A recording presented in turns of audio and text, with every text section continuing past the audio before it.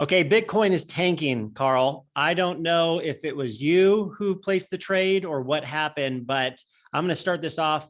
Obviously, we can't talk about this week without talking about Bitcoin and everything that Elon Musk has gone through on Twitter. So the first topic that we're going to go over is Bitcoin. From the high price, it declined 44% just in the last month. I believe it was down about 30% yesterday alone, and then rebounded from those almost back to parity for where it was at the start of trading yesterday. And a lot of people are speculating, hey, is this dead? Is this bubble finally bursting? Elon Musk kind of kicked it off, just about a week or so ago, talking about energy consumption. So I pulled up some data on energy consumption. And what was interesting to me, and I know you and I talked about this, is the annual energy consumption, the terawatt per hour or terawatt per year. So if we look at the entire banking system, which I think that's what Bitcoin is really trying to tackle and go against in the long run, the entire banking system consumes 250 terawatt per year.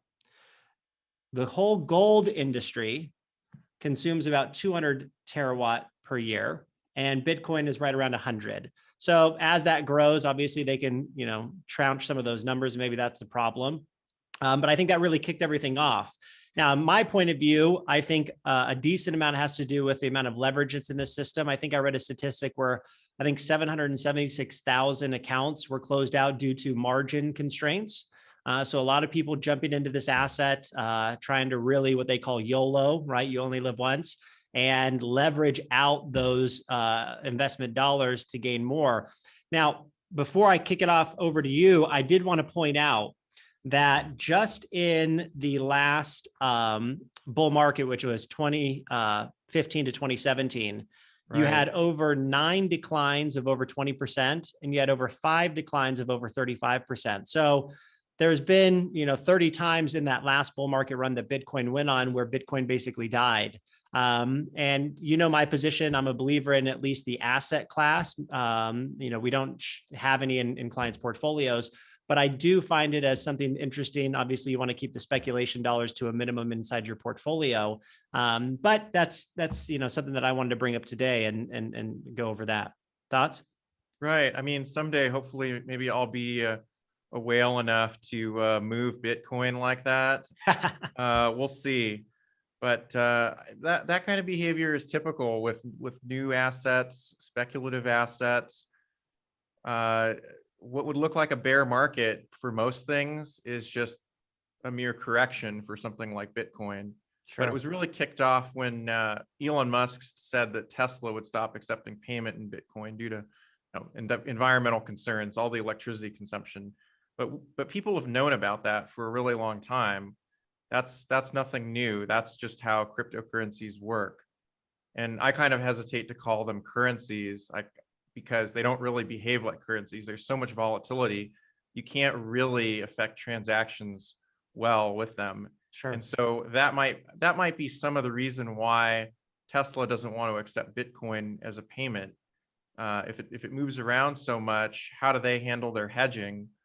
Or if somebody decides that they didn't like that they bought a car, or they want to change their order, how do they adjust if the price is moving around so much? Yeah, I think it's a little hypocritical too. And it gets back to the point of, he didn't sell any $100 million worth of Bitcoin that Tesla acquired.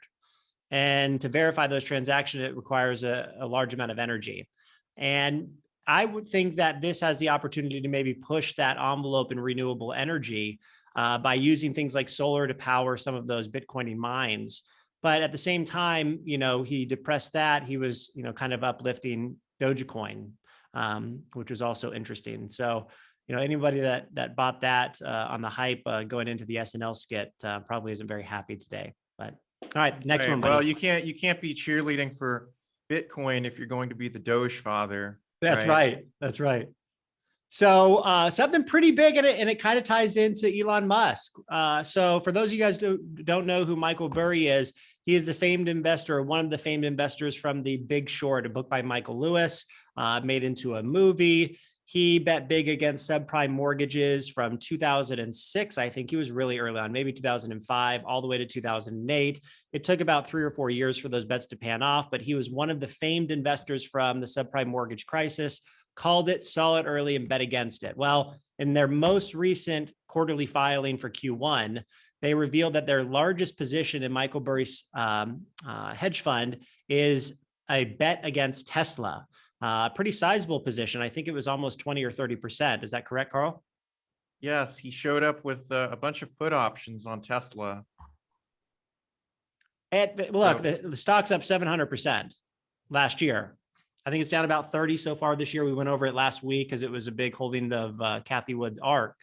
But it's interesting to me, it's hard for me to, I said last week that I didn't think ARK was dead because I didn't want to bet against Kathy Woods, but I definitely don't want to bet against Michael Burry. GameStop earlier this year, subprime mortgages in 2008, and now going heavy against Tesla. Now, what everybody else is going to say is that everybody's been going against Tesla over the last, 7 or 8 years, and they've been served wrong. But I think we were looking at some of the things that they were talking about with regards to maybe the valuation, the cyclical nature of the business, how the business is, kind of makes money in that auto industry, and just the pure valuation of the company compared to every other, company that's in that sector. Right. So we don't know exactly when Burry initiated his put option positions. It seems like it was in the last quarter. He isn't saying a whole lot, but he's known to be a pretty fundamental investor, pretty focused on valuation, pretty thoughtful, takes his time to gather the information and connect the dots.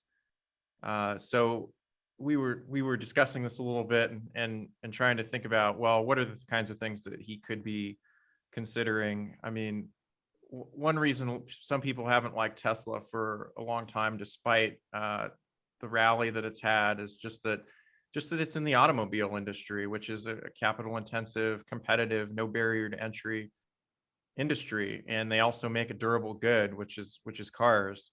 Right. So those kinds of businesses are always cyclical, but when the good is really large, particularly, the better you get at making it, the longer it lasts. And so Sure. The worse that is for your sales. So, I mean, if you look at some of the better companies in the industry, Toyota being the best car company in the world, you haven't done too well. You've pretty significantly underperformed the market by being a Toyota shareholder.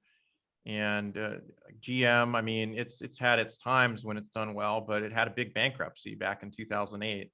So, and we even in automobiles are not really good for the long term for shareholders. And the other thing right now is that Tesla has a market cap of 560 billion, Toyota is around 220, and GM is 80. So absolutely crazy. It's a little crazy that Tesla sells a small fraction the number of cars that they do, and yet they could issue shares and buy up their competitors. Yeah, we talked about this, that, the whole concept, and it's easy to make references, but, Amazon's just a bookstore type of concept. Where can they get additional growth in the company over the next, decade or so to kind of grow into that valuation number? But I think we made a fundamental decision at our firm to trim that position because, one, of how much it was up last year, but two, relative to value, where are other opportunities without an excessive amount of risk? Where are those potential areas to look at? And I know that you can, look and not want to bet against Elon Musk, but I found it very interesting that he made a public display of that position size, and with that much conviction. I think, almost $500 million worth of puts to bet against Tesla.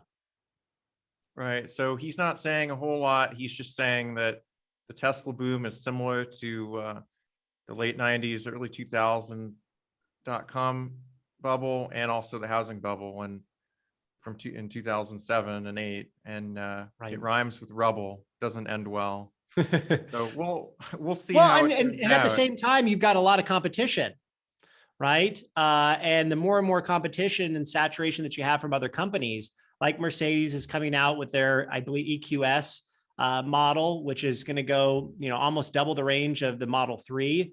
And then you've got companies like Ford that are really getting heavier into the game, introducing their first electric pickup truck, the F-150. And then I even saw that Lamborghini by 2025 is developing an electric vehicle. So, the king of engines, I guess every domino has to fall.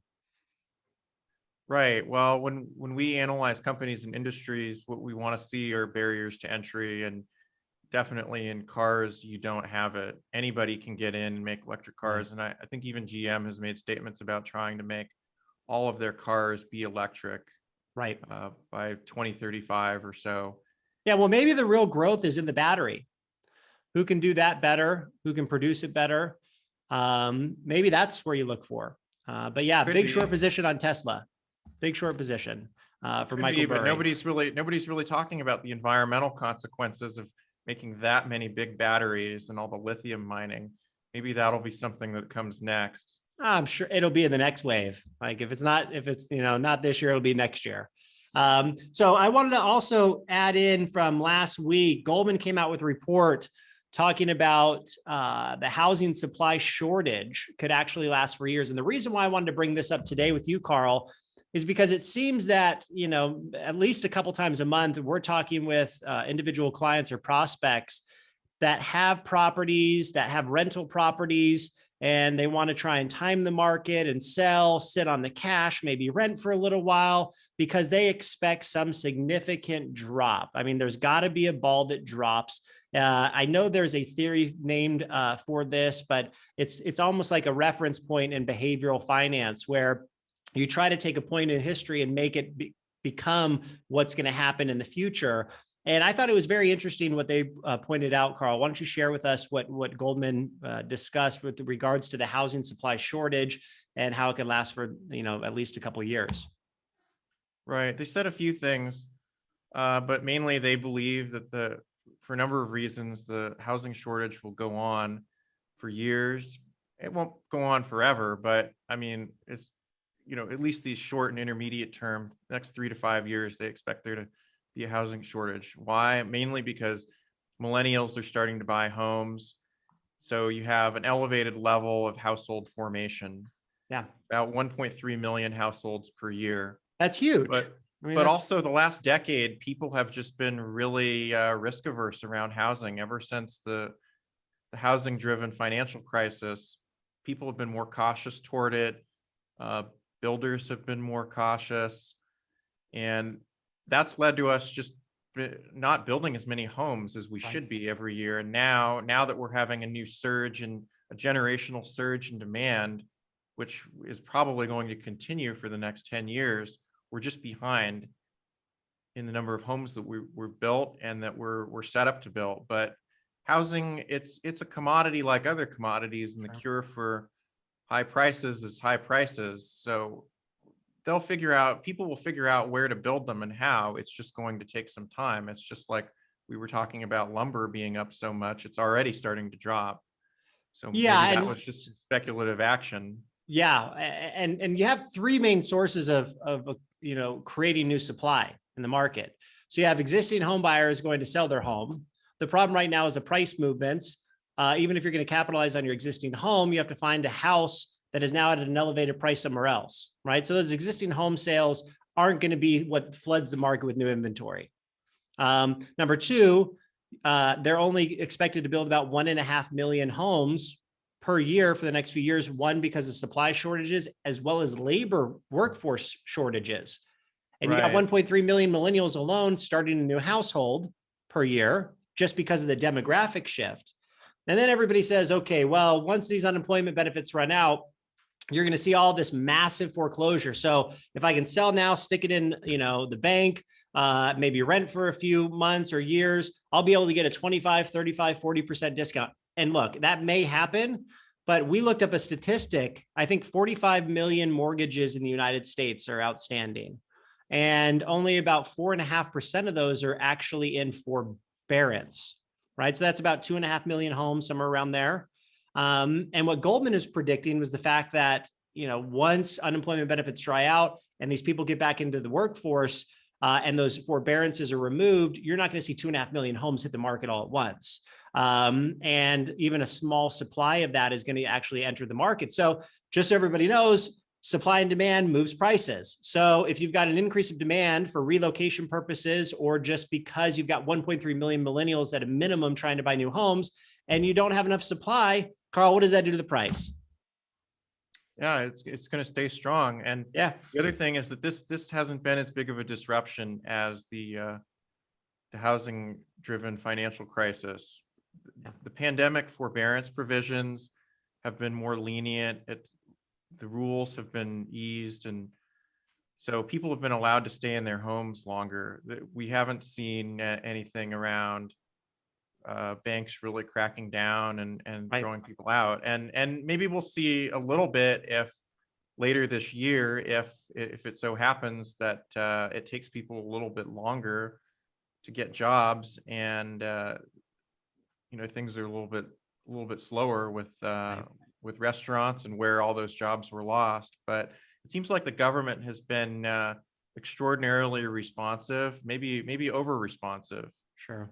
To everything that's happened. So I would, people are actually expecting a stronger labor market this year. So I think all of those things together probably mean that housing is going to stay relatively strong, and we're just going to have to wait for the building to catch up with demand.